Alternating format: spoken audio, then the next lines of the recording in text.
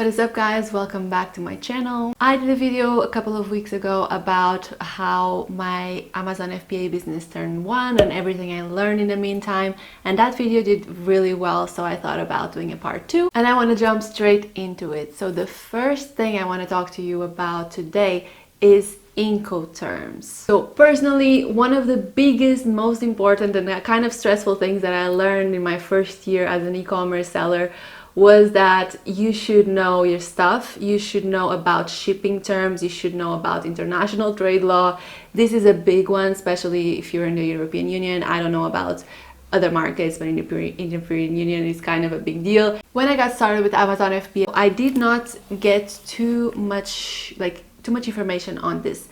Essentially, Incoterms refer to the different modalities that you can use to ship goods from your supplier, your seller, usually in Asia, to whatever you are based in. There are 11, and DDP or delivery duty paid, and EXW, which means Ex Works, are the most common. The first one, delivery duty paid, essentially means that the seller takes care of every single thing from the goods leaving their factory until they get to your warehouse or whatever you are based in. And Ex Works is the opposite. Essentially, the seller is only responsible for giving you or your courier access to the goods, and then you have to take care of everything, the shipment, customs, every single thing until it gets to you. Now, naturally, when you are doing your first shipment, it's very easy for you to just say yes whenever they say, yeah, I can organize the shipping for you, I can get the goods to you, essentially. Why wouldn't you, kind of? And it's usually also cheaper when you are dealing with smaller quantities than you organizing the whole thing, hiring a freight forwarder and everything, taking care of customs.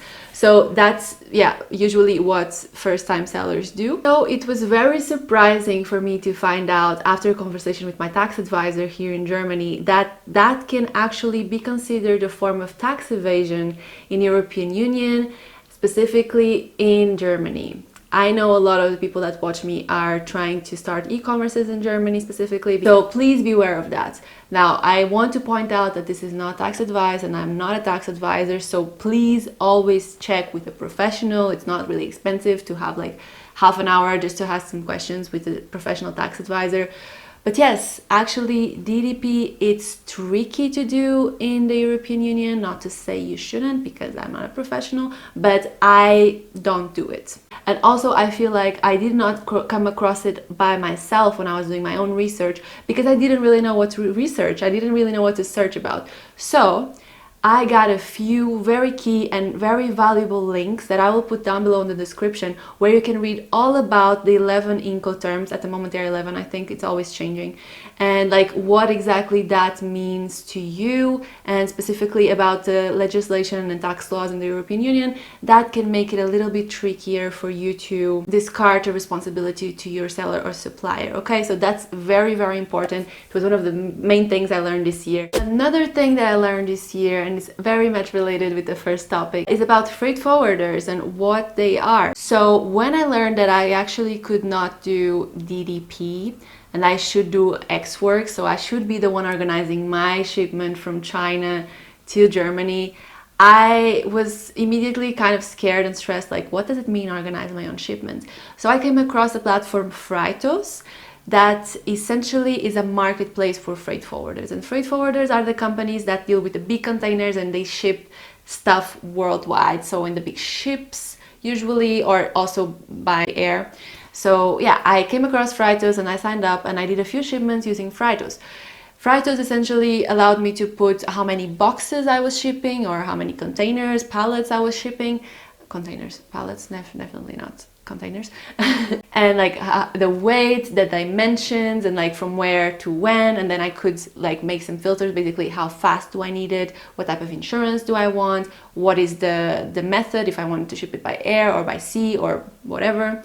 And then they deliver a lot of different quotes to me, and I can just pick and choose one, see what's included in each quote. That way they are essentially the bridge between me as a small seller and a first-time shipper, international shipper, and the big scary freight forwarders that deal with huge containers. And I really like Freightos. It's really seamless, the process. I do everything in 10 minutes. I just input all of the information there, and it's done. Essentially, I pay and my goods are on the way. I have a video about that. I will link it here somewhere. However, I learned, and what prompted this was actually a comment that I got in this YouTube video. Someone told me, yeah, Freightos is good, but once you start growing in your business, it's way cheaper and more advantageous to contact directly with a freight forwarder, which makes a lot of sense because Freightos is an intermediary, and when you start adding intermediaries, of course, the prices will start being bigger, right?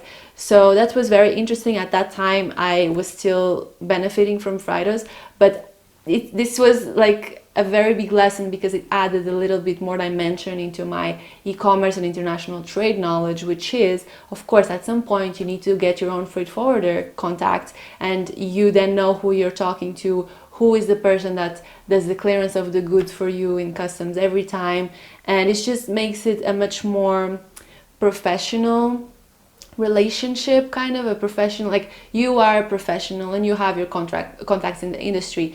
Next time, this person that you deal with every time probably already knows what you are shipping. There's not the need for so much back and forth because Freightos is simple. But then when time comes for customs, they really need a lot of details from you. They need documents from you. So yeah, this was a very interesting learning, definitely into the crazy, wondrous world of freight forwarders and international trade. So that is a very big lesson I learned in this past year.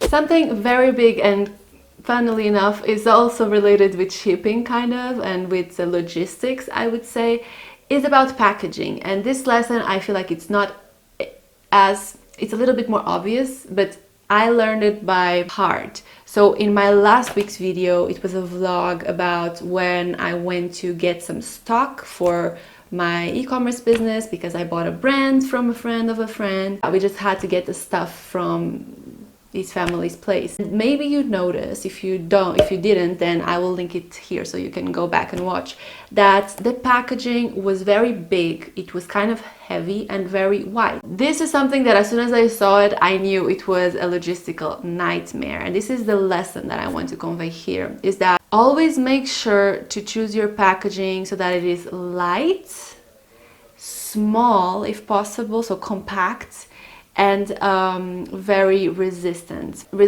to shock and also resistant to dirt, kind of. So specifically this packaging, you know, it makes a product be this big when it can be this big. So the new packaging that I'm creating for this product makes the product be literally this big. So I will have a lot less costs with storage costs, with shipping costs, because the shipping for my customer depends on how heavy the stuff is. So if I have a lighter packaging, that will impact, and also how big, what's the volume of the packaging. So if I have it be a little bit more compact, that will also have a good repercussion in the cost, meaning it will be cheaper for me to ship it to my customer. So my margin can increase there. Another thing is that a lot of these boxes were damaged because they were made of cardboard or they were white, so they were dirty. So this is a very big learning, is definitely always be practical when choosing your packaging. I know specifically what he wanted when he chose his packaging was for it to be kind of like the iPhone experience, you know, like it's this white, slick packaging, but it's just not realistic, not at the stage in which we are with our company, that essentially the boxes will just go crazy. It's just not doable. So yeah, I will definitely make sure that my next packaging is compact, light, and keeps it clean. Yeah, doesn't show dirt. This is a very, very big lesson. Always save on your margin when you can. Packaging and shipping, like, just that really impacts your margin. Finally, not as much as a lesson directly, but more of an advice and also a little bit of a story time, is that I would highly recommend you to handle your first shipment yourself. What does this mean? So the first shipment I've ever done, I actually shipped 500 units back to my place, sourced the product, and I sourced the packaging separately back to my place. And what I did after was that I actually assembled everything together. What this meant was that I had some sort of plastic packaging, not plastic, sounds a little bit bad. It was pretty okay, trust me.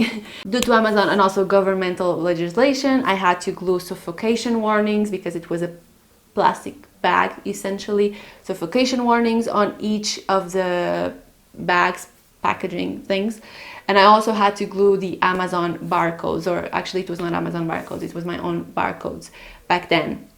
So I had to do that to 500 units, and then I had to put my product inside of the packaging. So it was very time consuming. I wish I could put a clip here. I will not, but I wish I could put a clip here of what this looked like. It was my living room. There was a huge pile of stock, like literally a pile like of products, because I was just doing it and putting it there like on the pile. And at first it was not a huge pile. I was trying to be organized and kind of like make it, you know, like an organized thing, but at some point it was just a mountain of products. Essentially, this taught me what it is like, because it's very easy for you to get detached from the fact that you are actually moving like these big things, that you are selling this many units to this many people. So if you have that experience, first of all, it gives you like another dimension of knowledge of what you're doing, but also like ideas for improvement. So right away when I did that, I mean, I already knew, it was already kind of in my mind, but I was like,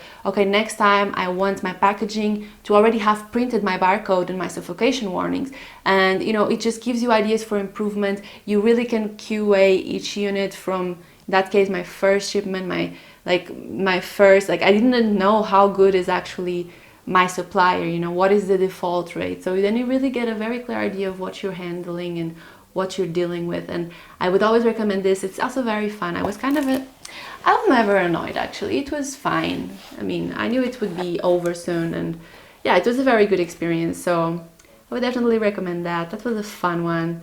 It really also made it official, you know, like I'm an e-commerce seller. Like my house is full of boxes. I cannot have people over because there's a freaking mountain of product in the middle of my carpet, you know? So yeah, I would definitely recommend you do that. I think you'll learn a lot and also make it that much more official. Like, nothing against drop shippers that never see their product, but like, there's a different level of ownership and like, you know, this is your product. If you're doing private label, like this is your baby. You thought of this concept for your brand. You thought of the concept for each product. Like, if you have it in your hands for the first time, it's literally like you imagine something and it came to life. So yeah, I would definitely recommend that, essentially. All right, guys, that's it for today. Thank you so much for watching. Please let me know down below which of these were your main takeaways, and also if you have any questions. Please do not forget to like and subscribe. I am trying to get to 1,000 subscribers this year. We are a little bit away from it still, so it would really help me out if you hit the like button and also the subscribe button. And I'm also trying out holding some consultations for the first time, so if you would like some personalized FBA or e-commerce advice for your business, do not hesitate to email me. I'll leave my email down below